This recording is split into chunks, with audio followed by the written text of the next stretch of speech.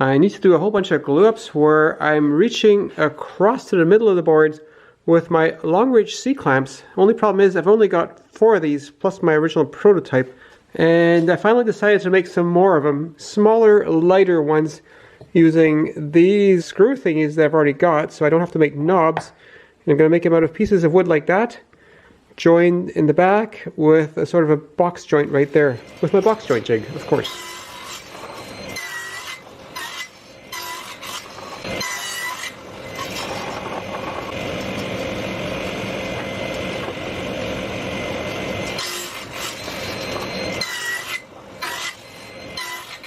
I got all the joints in these pieces cut. Now I just need to cut a complementing joint in those pieces, and actually this joint is nearly symmetrical in that this barely fits in there, so I just need to cut the slots a little bit wider in this part and it'll go together perfectly. So I've got a test piece in here, and each of these slots is actually 3 cuts. The first cut is here, second cut is here, and the third cut is way on the other side, so I have to move that third cut a bit further over. So the jig moves over for that last cut a bit more, which makes that slot a bit wider. So I just did a test joint in this piece of scrap, and it's too tight. It's also a little bit off center, so I tweaked it a little bit, and now that fits really nice.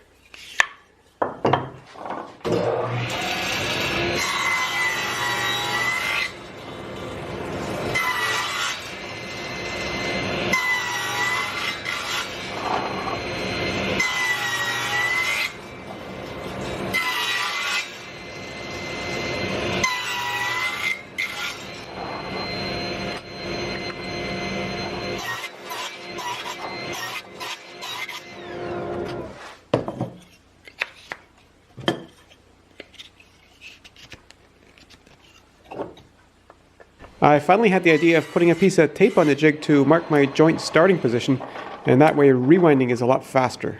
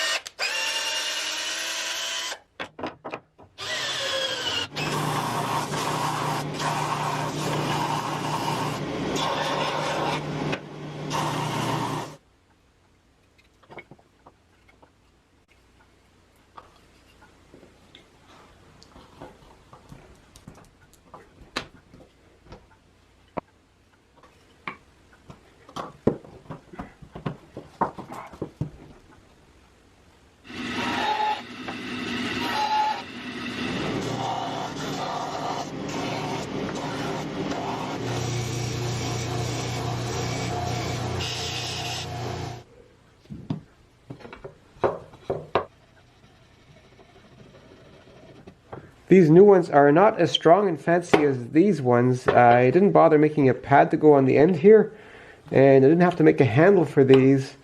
Part of the reason for no pad is because these screw threads are here just a bit too short. In fact, they don't close all the way, but usually I'll just put some kind of pad in here anyways, not to mark up the wood, and that'll make up the remaining distance. And they easily reach halfway across this board here with a little bit of room to spare. The way the joinery is done on these clamps, they're basically only limited by the strength of the wood. So that's 100 pounds there. And somehow I'm not applying weight evenly enough because the scale's not moving any further. Okay, now with plywood underneath and a stronger piece of wood on top.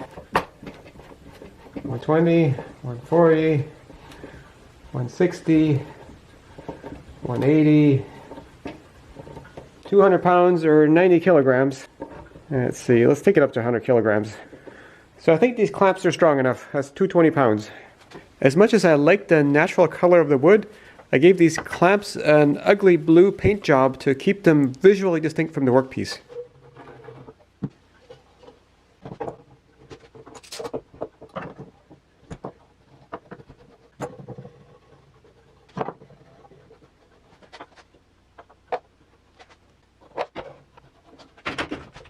And then back to having run out of clamps. At least clamps with any sort of reach like these ones or these ones.